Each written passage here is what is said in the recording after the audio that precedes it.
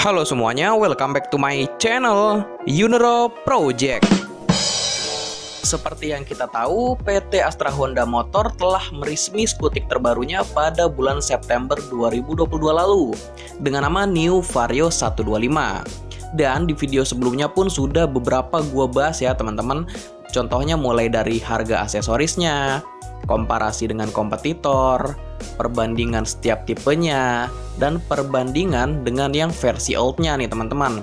Dan di video tersebut ada yang bertanya nih teman-teman, kalau untuk partnya atau bodinya atau fiturnya gitu ya, yang ada di new ini bisa dipasang di old atau tidak?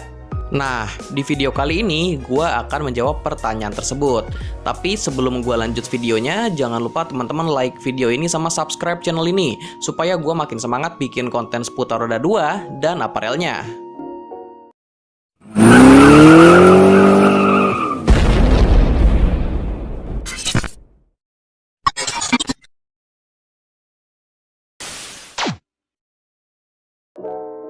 Memang New Vario 125 ini terlihat banyak perubahan ya teman-teman dari segi fitur. Tapi kalau bodinya kelihatan tetap sama. Padahal enggak teman-teman, bodinya itu juga berubah semua. Memang konsepnya sama tapi lekukannya itu beda banget sama yang versi sebelumnya. Terus velgnya berbeda, terus ada fitur keyless, USB charger, dan lain-lain untuk di New Vario 125 ini. Pertama, untuk casing atau bodinya dulu. Apakah bodi si New Vario 125 ini PNP ke Vario 125 yang old?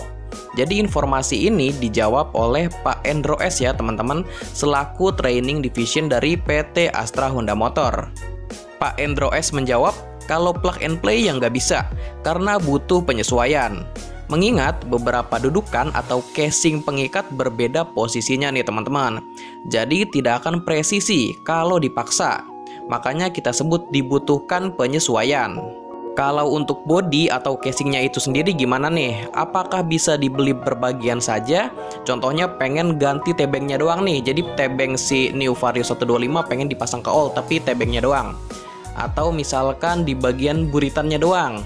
Kita pengen buritan si New Vario 125 dipasang ke old. Apakah bisa atau tidak? Jawabannya tidak bisa nih teman-teman. Tidak bisa dipasang secara parsial karena casingnya adalah satu kesatuan. Jadi pengaitnya itu satu kesatuan teman-teman. Jadi nggak bisa diganti part kayak buntutnya doang atau tebengnya doang. So, kalau teman-teman mau ganti bodinya, si old Vario ini pakai si New Vario 125 harus ganti satu set. Oke, lanjut kita ke bagian kaki-kaki ya. Jadi untuk velg si New Vario 125 ini apakah bisa dipasang atau PNP ke old Vario 125? Jawaban Pak Endro bisa nih teman-teman. Bisa PNP kecuali untuk yang bagian depan. Karena di depan ada sistem pengikat disc brake. Untuk generasi baru ada 5 baut. Sedangkan untuk yang lama hanya 4. Jadi kalau ingin memasang velg depan harus juga membeli piringan cakramnya. Karena disc brake lama tidak akan bisa dipasang kalau menggunakan velg baru. Selanjutnya beralih ke bagian fitur. Jadi untuk fitur keyless di New Vario 125 ini apakah bisa dipasangkan ke old Vario dan itu atau PNP atau tidak? Pak Endro menjawab secara teknis tetap bisa. Akan tetapi bakal banyak biaya yang harus dikeluarkan karena hampir semua harus dirubah dan diganti. Yang pertama harus membeli keylessnya. Terus harus ada perombakan juga di bagian casing atau dudukan keyless. Itu belum seberapa nih teman-teman, karena konsumen juga harus mengganti seluruh kabel bodi dan juga ECU. Karena ECM-nya berbeda, maka otaknya juga harus diganti termasuk kabel-kabelnya. Bukan cuma hanya itu, konsumen juga harus membeli satu perangkat AC headlamp LED, karena sistemnya itu berbeda. Karena driver untuk menyalakan lampu LED pada generasi lama terintegrasi dengan ECU, maka konsumen harus membeli lampu baru. Sebab kalau dipaksakan lampu LED bisa dipastikan nggak bakal nyala nih teman-teman, karena ECU-nya sudah menggunakan tipe baru yang drivernya terpisah. So, biaya yang dikeluarkan itu bakalan banyak banget nih teman-teman, dan juga cukup rumit untuk pemasangannya. Selanjutnya masih di bagian fitur, yaitu di bagian fitur USB charger. Apakah si USB charger New Vario 125 bisa dipasangkan atau dipasang PNP gitu ya ke old Vario 125? Jawaban dari Pak Endro, kondisinya sama seperti tadi. Harus ada penggantian kabel bodi, termasuk juga ECU. Mengingat semua kontrol elektronik diperintah oleh ECU.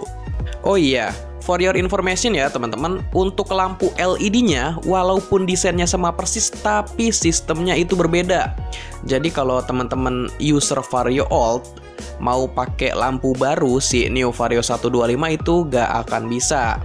Karena seperti yang sudah Pak Endro jelaskan tadi, untuk soket-soketnya berbeda termasuk drivernya.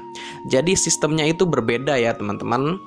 Nah, kalau menurut teman-teman gimana nih? Tadi udah gue informasikan semua, apa-apa aja yang harus dirubah. Silahkan berikan opini dan tanggapannya di kolom komentar.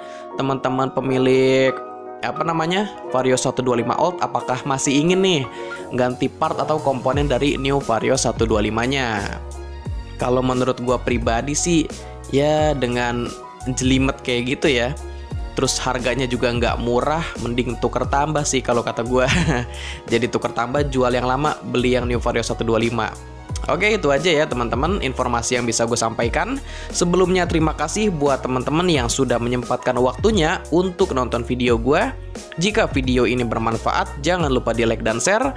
Terus kalau teman-teman punya masukan atau saran buat konten atau buat channel ini, bisa bantu di komen aja. Dan yang terakhir, jangan lupa di subscribe sama nyalain loncengnya juga, supaya kalian mendapatkan notifikasi terupdate kalau gue ada upload video terbaru.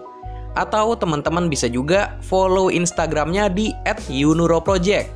Karena sebelum gua upload ke YouTube, pasti akan gue informasikan atau gua posting dulu di Instagramnya. So, di Instagramnya nanti bakalan lebih up to date. Oke deh, gua rasa itu aja dulu ya. Sampai berjumpa di video seputar roda 2 dan apparel riding berikutnya. Thank you semuanya.